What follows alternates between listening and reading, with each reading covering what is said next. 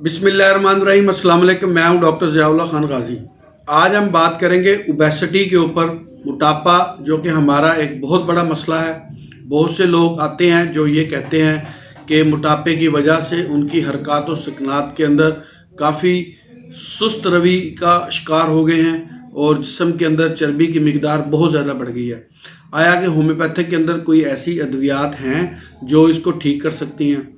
तो सबसे पहले तो मैं उनको ये बात समझाता हूँ कि सिर्फ अद्वियात के ज़रिए अगर आप चाहें कि अपने मोटापे को कंट्रोल कर लेंगे तो ये नामुमकिन नहीं तो बहुत मुश्किल काम है। अद्वियात किसी हद तक अपना काम करती हैं, लेकिन इसके साथ साथ आपको अपना लाइफस्टाइल भी तब्दील करना पड़ता है। उसमें बहुत सी चीज़ें ऐसी हैं जो कि आप एक्स्ट्रा फैट्स वगैरह लेते हैं तो वो आपको बंद करनी होती हैं। मोटापा दरअसल जल्द के अंदर और मुख्तलिफ अज़ा के इर्द गिर्द चर्बी के इकट्ठे होने का नाम है।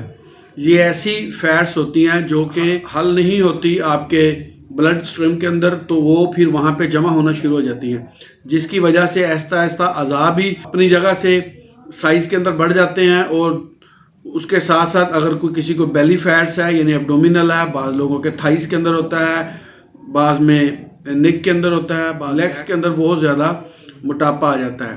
तो ये बहुत सारी किस्में मोटापे की जितनी भी हैं, इनका होम्योपैथिक तरीके से इलाज भी मैं आपको बताऊंगा और साथ आपको मखसूस वर्जिशें भी बताऊंगा और इसके साथ साथ एहतियाती तदाबीर भी। सबसे पहले हम इसके असबाब के बारे में बात कर लेते हैं। असबाब में तो वही है कि ये मरूसी तौर पर भी मोटापा आ सकता है और आपकी सुस्त रवि या काहली की वजह से, वर्जिश ना करने की वजह से भी मोटापे के मर्ज में शिकार हो सकते हैं। या आप ऐसी चीज़ें ले रहे हैं जिनके अंदर प्रोटीन की मिकदार बहुत ज़्यादा है और वो प्रोटीन के साथ एक्स्ट्रा फैट्स भी है। बहरहाल इसी तरह ज़्यादा आम और अंगूरों का इस्तेमाल भी मोटापे की तरफ लेके जा सकता है।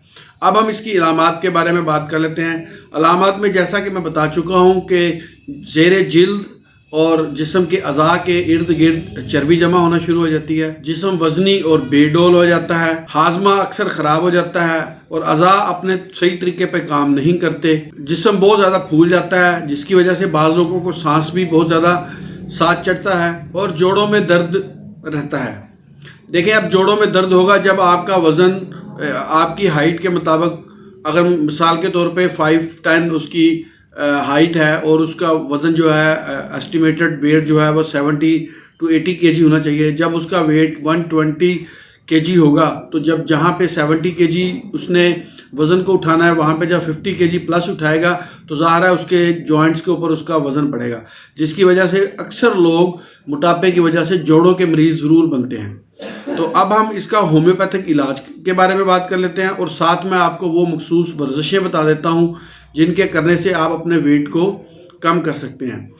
सबसे पहले वर्जिश में तो ज़ारा एक मॉर्निंग वॉक और एक लास्ट में नाइट की वॉक, ये बहुत ज़रूरी है। अगर ये 2 वॉक्स आप कंटिन्यूली करें तो इससे बहुत हद तक आप अपने जो एक्स्ट्रा फैट्स है उसको ख़त्म कर सकते हैं।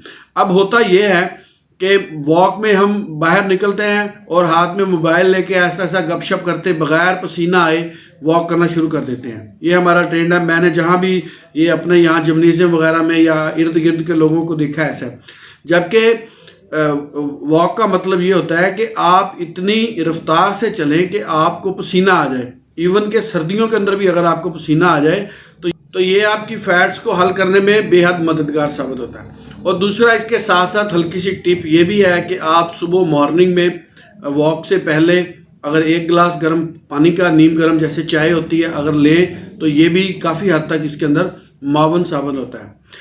अब वर्जिश तो मैंने आपको बता दी। होम्योपैथिक के अंदर जो इसके अंदर सबसे ज़्यादा दवाई इस्तेमाल होती है वो है फाइटोलेका बेरी।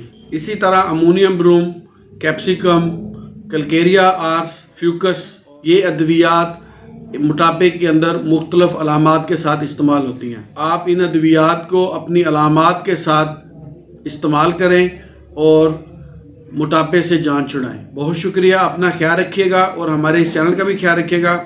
इसी तरह की इंफॉर्मेटिव वीडियोज़ मैं आपके लिए बनाता रहूँगा। अल्लाह हाफिज़।